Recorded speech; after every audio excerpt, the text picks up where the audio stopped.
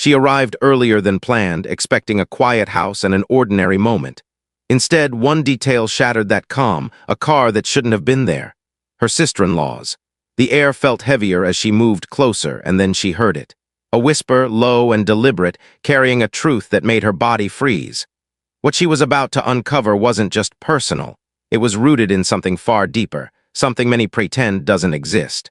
This moment would force her to confront a reality hidden behind smiles and silence. The question is, when the truth finally reveals itself, do you walk away or face it?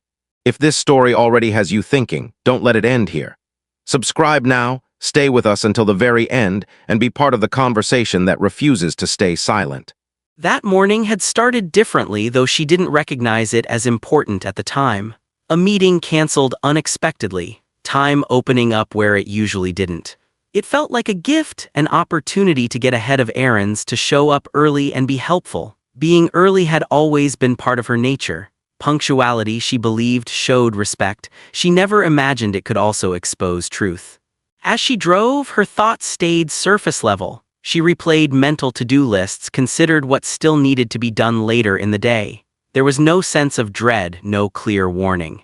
Just the faint background awareness she carried into every shared space, a readiness she could never fully turn off. The neighborhood appeared calm as she arrived. Quiet streets, neatly kept lawns.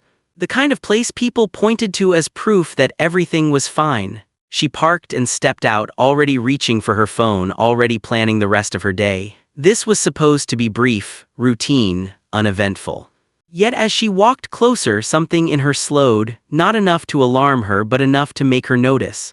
A tightness in her chest she had felt before in other places, other situations. The kind of feeling she usually ignored because acknowledging it too often meant confronting things she wasn't ready to confront. She reminded herself that she was family, that she belonged here as much as anyone else. That whatever discomfort she felt was probably nothing. That thought had become a reflex, dismissing herself before anyone else could. Her brother's absence crossed her mind briefly. He was supposed to be out. She knew his schedule well enough to be sure. That knowledge brought no concern at first, just mild curiosity. She assumed she would drop something off, maybe exchange a few polite words and leave. The car in the driveway interrupted that expectation. She recognized it instantly. Her sister-in-law's, parked in a way that suggested she had been there for some time. The sight stopped her mid-step. Confusion came first, then calculation. Was there a change in plans she didn't know about? Had she misunderstood something? She stood there longer than necessary, searching for explanations that felt safe.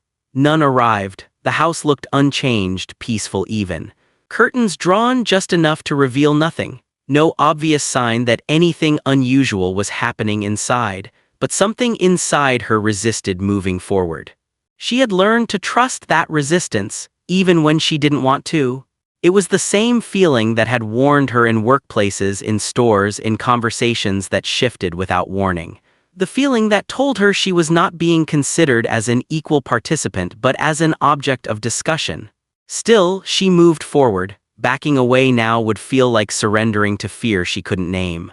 She approached the door, her senses sharper now, her attention focused in a way it hadn't been moments before. The air felt thick, as though something unspoken was pressing outward. She paused just briefly, hand near the door. In that pause, memories surfaced, times she had walked into rooms where conversations stopped abruptly, where smiles appeared too late, where energy changed in ways no one acknowledged. She had always told herself those moments were coincidences. The house remained quiet, too quiet. She took a breath, steadying herself, unaware that the next seconds would dismantle the careful balance she had maintained for years. She had arrived early thinking she was being helpful. She didn't yet know that timing had positioned her at the edge of a truth that would refuse to stay hidden. And as she stood there on the threshold between what she believed and what was real, the life she knew was already beginning to shift. She didn't knock right away. Instead, she stood there longer than she meant to, listening to the silence, trying to understand why her body felt like it was bracing for something unnamed. The car in the driveway refused to fade into the background. It wasn't just a detail anymore, it was a question, a disruption, proof that something about this moment was not following the script she had rehearsed in her mind. She stepped closer, careful now, as if sound itself mattered. The closer she got to the door, the more the house felt sealed off from her, like a private world she wasn't meant to enter. And then she heard it. Not words she could fully make out, not a clear conversation, just a whisper. Low, controlled, intentionally quiet. The kind of sound people make when they believe they are unobserved. Her body reacted before her mind could catch up. Her breath caught, her muscles stiffened. Every instinct she had learned to distrust suddenly demanded her attention. This wasn't imagination, this wasn't sensitivity, this was real. She stepped back slightly, heart pounding, the whisper echoing louder in her mind than it ever could have through the walls. It wasn't what was said, it was the fact that it was being said at all. Hidden, guarded, excluding her by design. In that moment, she understood something painful and clarifying. Whatever was happening inside was not meant for her to hear, not meant for her to know, and very possibly about her. The realization sent a familiar wave of emotion through her, one she had experienced in different forms her entire life. That quiet awareness that her presence changed the atmosphere. That when she wasn't in the room, conversations shifted in ways she wasn't allowed to witness. That people who smiled at her could still reduce her to assumptions when they thought she wasn't listening. She leaned against the cool exterior wall, grounding herself, fighting the urge to leave immediately. Leaving would be easy. Leaving would mean she didn't have to confront whatever truth was forming in the space between that whisper and her racing thoughts. But staying meant risk, emotional risk, psychological risk, the kind of risk that came with seeing people clearly when you once wanted to believe better of them. Alone outside the looming house, isolation becomes physical. Her mind moved quickly, connecting fragments she had long kept separate. The way her sister-in-law had spoken about certain neighborhoods, the way concerns were always framed around safety when she was involved. The subtle discomfort whenever topics of race came up, followed by silence thick enough to shut the conversation down. None of it had ever been explicit enough to challenge directly. That was the brilliance and cruelty of it. Racism didn't need slurs to survive. It didn't need shouting or threats. It lived comfortably in coded language, in lowered voices, in whispered judgments disguised as concern.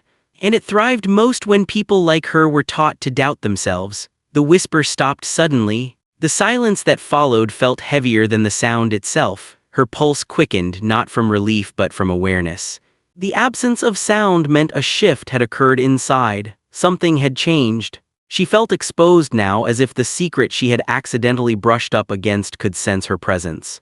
She thought about her brother. About how much she wanted to believe he would never allow harm to exist so close to him, but wanting to believe and knowing were not the same thing. Love did not automatically dismantle bias. Sometimes it simply coexisted with it, unchallenged. She felt anger rise, not explosive but sharp and focused. Anger at the ease with which her humanity could be debated when she wasn't around. Anger at how often people spoke about her life without inviting her voice. Anger at how familiar this pattern felt, even in a place labeled family. Her hands trembled slightly as she steadied herself. This wasn't just a moment of overhearing something uncomfortable. This was a confrontation with a truth she had been circling for years. The truth that safety based on proximity was an illusion. That being family did not guarantee protection from prejudice. She considered leaving again, driving away, convincing herself she had misunderstood, that the whisper meant nothing. That approach had worked before. It had preserved relationships. It had kept things calm on the surface, but it had also cost her something each time, a piece of her trust, a piece of her voice. Standing there now, she felt the weight of every time she had chosen comfort over clarity. The accumulation of silence pressed down on her chest. She realized that what scared her most wasn't confrontation, it was the possibility of returning to ignorance after having seen enough to know better. Sitting in the car afterward, pain meets clarity, she stepped forward again, no longer tentative. The fear didn't disappear, but it shifted, transforming into something steadier. Resolve. She wasn't seeking conflict. She wasn't looking to accuse. She simply refused to pretend she hadn't felt what she felt. As she moved, she became acutely aware of how alone she was in that moment. No witnesses, no buffer, just her and the reality she was about to face. Racism often thrived in that isolation, one person absorbing the truth while everyone else maintained plausible deniability. Inside, movement resumed. The sound of someone adjusting, repositioning, preparing.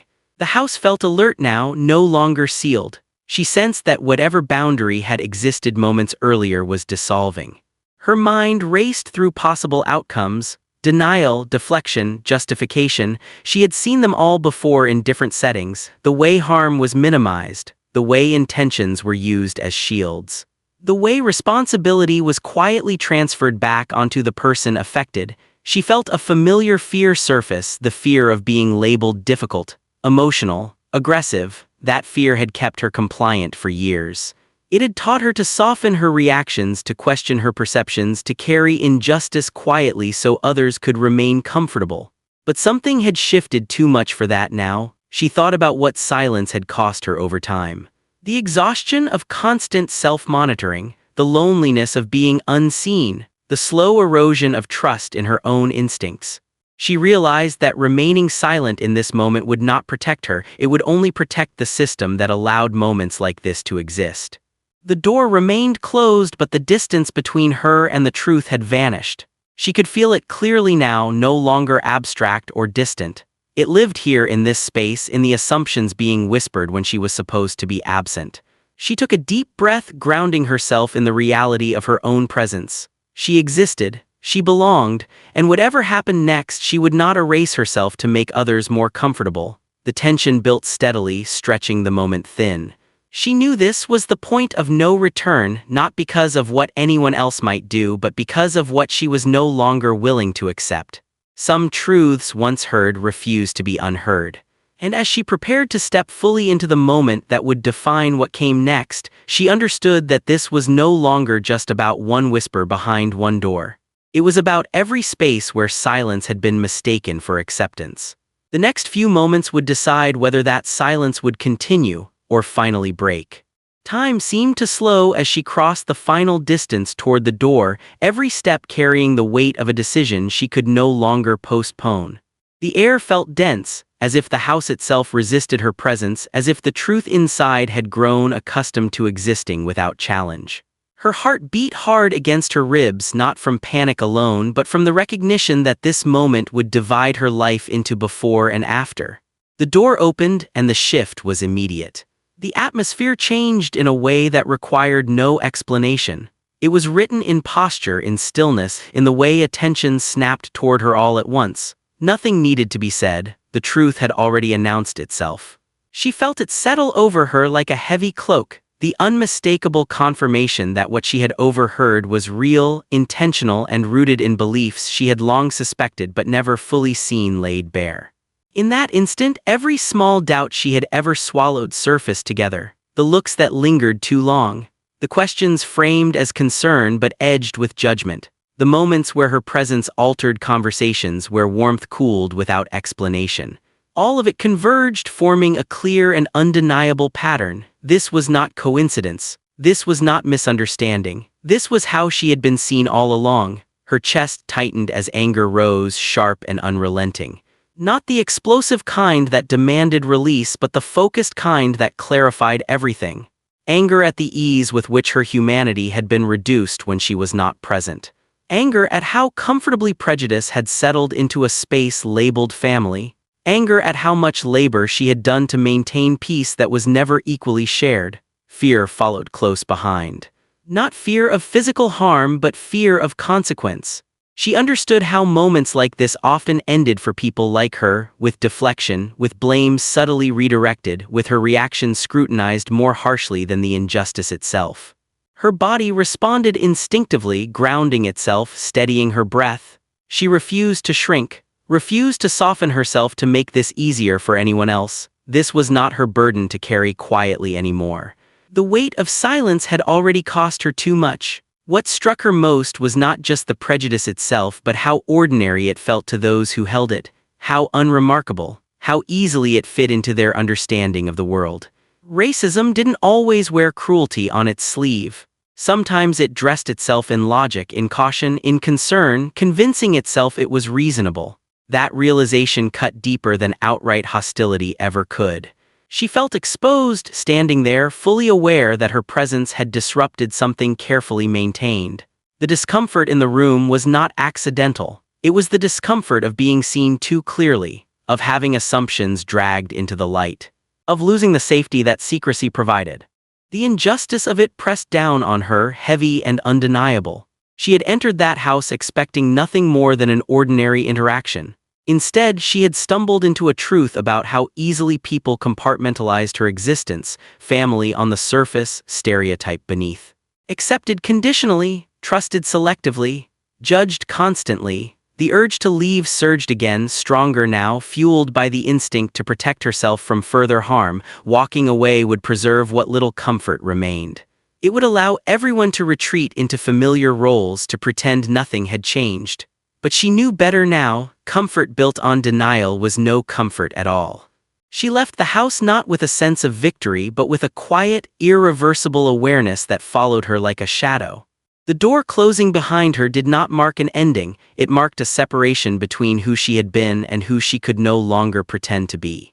Outside, the world continued as if nothing had happened. Cars passed, birds moved between trees. The normalcy felt almost cruel in contrast to the weight pressing against her chest. As she walked away, her steps felt heavier but steadier. The confusion that once clouded her instincts was gone. In its place was clarity, painful, grounding clarity. She no longer questioned whether she had imagined what she felt. She no longer wondered if she had overreacted or misunderstood. The truth had revealed itself plainly, and that truth demanded honesty from her moving forward. The days that followed were quieter than she expected. There were no dramatic confrontations, no sudden apologies that tied everything neatly together. Instead, there was distance. Space grew where closeness once lived. Conversations became shorter, invitations less frequent, and yet within that loss there was an unexpected sense of relief. She was no longer expending energy maintaining connections that required her silence as payment. She began to notice changes within herself, small at first. She stopped laughing at comments that made her uncomfortable. She stopped explaining her reactions in advance. She allowed pauses to exist without rushing to fill them with reassurance. Each small shift felt unfamiliar, almost uncomfortable, but also necessary. For the first time, she wasn't prioritizing how others perceived her over how she experienced the world. There were moments of grief. She mourned the version of family she thought she had. She grieved the belief that proximity protected her from prejudice. She grieved the years spent minimizing herself to keep relationships intact. That grief was real and heavy, and she allowed herself to feel it without shame. Healing, she learned, was not about pretending harm hadn't occurred, it was about honoring the impact it left behind. What lingered most was the realization of how ordinary racism could be, how easily it blended into daily life, how it thrived not in chaos but in comfort, the comfort of assumptions, the comfort of never being challenged, the comfort of believing silence meant agreement. She recognized how often she had been expected to carry the burden of that comfort, absorbing harm so others wouldn't have to confront it. Her experience reframed how she saw the world around her. She noticed the patterns more clearly now, the way certain voices were always centered while others were tolerated only when they stayed agreeable. The way concerns were dismissed as overreactions when they came from people already marginalized. The way racism rarely looked like the extremes people expected and more often looked like everyday decisions that went unquestioned. She also noticed her own strength more clearly, not the loud, defiant kind often celebrated, but the quieter strength of self-trust, of choosing dignity over convenience, of refusing to gaslight herself into comfort. That strength had been there all along, buried beneath years of conditioning that told her survival depended on compliance. Now it felt accessible. There were people who didn't understand her distance. Some interpreted it as bitterness, others as unnecessary drama. She didn't correct them. She had learned that not everyone deserved access to her explanation. Understanding, she realized, was not something she owed, especially to those unwilling to listen without defensiveness. Her story did not end with resolution in the traditional sense. There was no moment where everything felt healed or restored. Instead, there was growth, boundaries, intentionality. She became more selective about where she invested her energy, choosing spaces where her presence was not merely accepted but respected. That choice changed everything. She thought often about how many people carried similar stories quietly, stories that never made headlines, stories that unfolded in living rooms, workplaces, classrooms, and friendships. Stories where the harm wasn't always loud enough to be undeniable but consistent enough to be exhausting. She understood now that racism didn't need spectacle to be damaging, it only needed repetition. Her experience became a lens through which she viewed broader injustice. She saw how systems mirrored the same patterns she had witnessed on a personal level, how denial protected power, how silence maintained imbalance, how those harmed were often asked to be patient rather than heard. The parallels were impossible to ignore. And yet, alongside the anger and sadness, there was something else growing: resolve. A commitment to herself that she would no longer participate in her own erasure, that she would speak when it mattered, step back when necessary, and trust the discomfort that signaled something was wrong. That commitment felt like reclamation. She didn't become hardened by what happened. She became clearer, more honest, more anchored in her own reality. That clarity came with loneliness at times, but it also came with freedom. Freedom from constantly negotiating her worth. Freedom from shrinking to preserve peace that was never equally shared. Her story serves as a reminder that racism is not always obvious and injustice is not always dramatic. Sometimes it appears in moments that seem small until they accumulate. Sometimes it hides in whispers, in assumptions, in the belief that certain people won't notice or won't speak up even if they do. The question this story leaves behind is not just about what happened to her. It's about what happens every day in spaces we consider safe. It's about how often silence is mistaken for acceptance. About how often discomfort is ignored because addressing it feels inconvenient. And it asks something of everyone listening now. When you sense something is wrong, do you trust that feeling, or do you explain it away to keep things comfortable? When someone's silence makes life easier for you, do you ask what it's costing them? When prejudice whispers instead of shouting, do you listen closely enough to hear it? Because change does not begin with dramatic moments alone. It begins when ordinary people decide that quiet injustice is no longer acceptable. When they choose awareness over denial. When they stop asking the harmed to be quieter and start asking themselves to be braver. Her story is not rare, it is not isolated, it is repeating quietly all around us. The only question is whether we will continue to look away, or finally choose to see.